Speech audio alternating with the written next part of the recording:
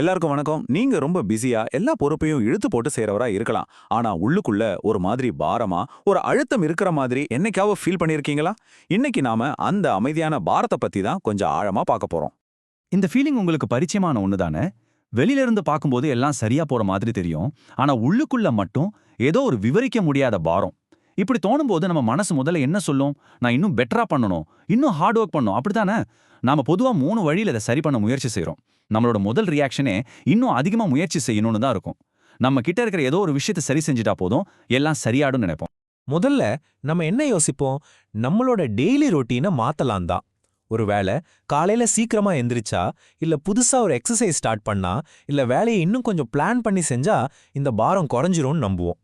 ஆனா அதுவும் work out ஆகாதப்போ பிரச்சனை நம்மளோட சிந்தனையில தான் இருக்குன்னு யோசிக்க ஆரம்பிப்போம். எல்லாத்தையும் பாசிட்டிவா பாருன்னு நமக்கு நாமே சொல்லிக்கிட்டு நம்மளோட மனநிலையை மாத்தினா இந்த ஃபீலிங்கும் மாறிடும்னு நம்புவோம். இந்த ரெண்டுமே ஃபெயில் ஆகும்போது கடைசியா பழிய நம்ம மேலேயே போட்டுப்போம்.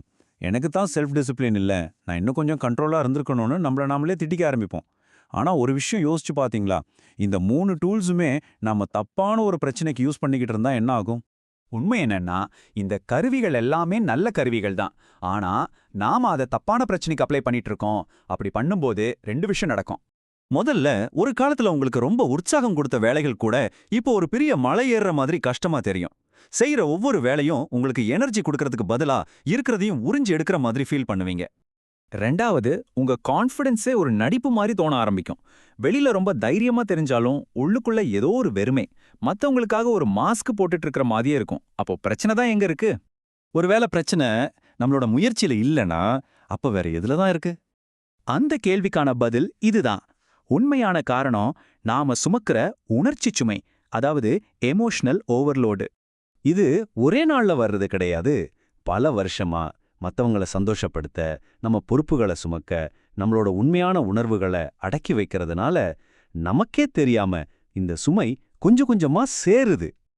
இந்த சுமை 4 ஸ்டெப்ல உருவாகுது.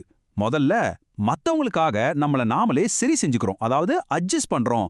அப்புறம் அவங்கள திருப்திப்படுத்த முயற்சி பண்றோம், ப்ளீசிங். அதுக்காக நம்ம உணர்வுகளை அடக்கி வைக்கிறோம், சப்ரஸிங். கடைசியா இந்த எல்லா ப்ரெஷரையும் நாமளே சுமக்க ஆரம்பிக்கிறோம், கேரியிங். இதுக்கு நாம குடிச்சிட வேலை ரொம்பவே அதிகம். அப்போ இதுக்கு தீர்வு என்ன? இங்க தான் நம்மளோட யோசிக்கிற விதத்தையே மொத்தமா மாத்தணும். தீர்வு இன்னும் அதிகமா செய்யறதுல இல்ல, குறைவா சுமக்கிறதுல தான் இருக்கு. உண்மையான மாற்றம் நம்மள நாமளே இன்னும் மெருகேத்திக்கிறதுலேருந்து வர்றதில்ல. அதுக்கு பதிலா நாம சுமந்துட்டு இருக்கிற தேவையற்ற பாரங்களை கீழே இறக்கி வைக்கிறதுல இருந்து தான் வருது. இதுதான் உண்மையான விடுதலை. இந்த மாற்றத்தை நம்ம இப்படி பார்க்கலாம். இதுவரைக்கு நம்மளோட இலக்கு என்னவா இருந்துச்சு? இன்னும் கடினமா உழைக்கணும், டிசிப்ளினை அதிகப்படுத்தணும். ஆனா இந்த புதிய பாதை என்ன சொல்லுதுன்னா, அந்த பாரத்தை முதல்ல இறக்கி வை, மனசுல ஒரு அமைதியான தெளிவை கொண்டு வான்னு சொல்லுது. இது ஹார்ட் ஒர்க்ல இருந்து ரிலீஸை நோக்கிய ஒரு பயணம்.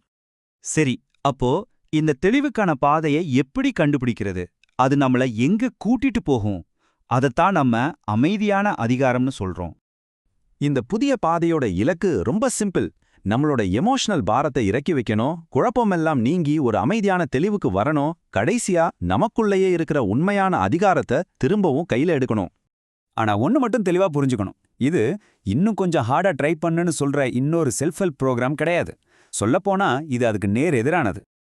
அப்போ இது என்ன? இது ஒரு வித்தியாசமான வேலைக்கான இடம். நம்மளோட உணர்ச்சிகளை பாதுகாப்பா வெளியேற்றி குழப்பங்கள்லிருந்து விடுபட்டு ஒரு அமைதியான தெளிவு அடையறதுக்கான ஒரு ஸ்பேஸ். கடைசியா ஒண்ணே ஒண்ணு ஞாபகம் வச்சுக்கோங்க, இந்த மாற்றத்துக்கான சரியான நேரம் எதுங்கிறத விட நீங்க அதுக்கு தயாரா இருக்கீங்களாங்கிறது தான் ரொம்ப முக்கியம். எந்த விதமான பிரஷரும் கிடையாது, உண்மையான சக்தி உங்ககிட்ட தான் இருக்கு. இறுதியா இந்த ஒரு கேள்வியோட உங்களை நான் யோசிக்க வைக்கிறேன். உங்க தோள் மேல இருக்கிற இந்த பாரம் கொஞ்சம் இறங்குனா அந்த ஃபீலிங் எப்படி இருக்கும்? சும்மா யோசிச்சு பாருங்க.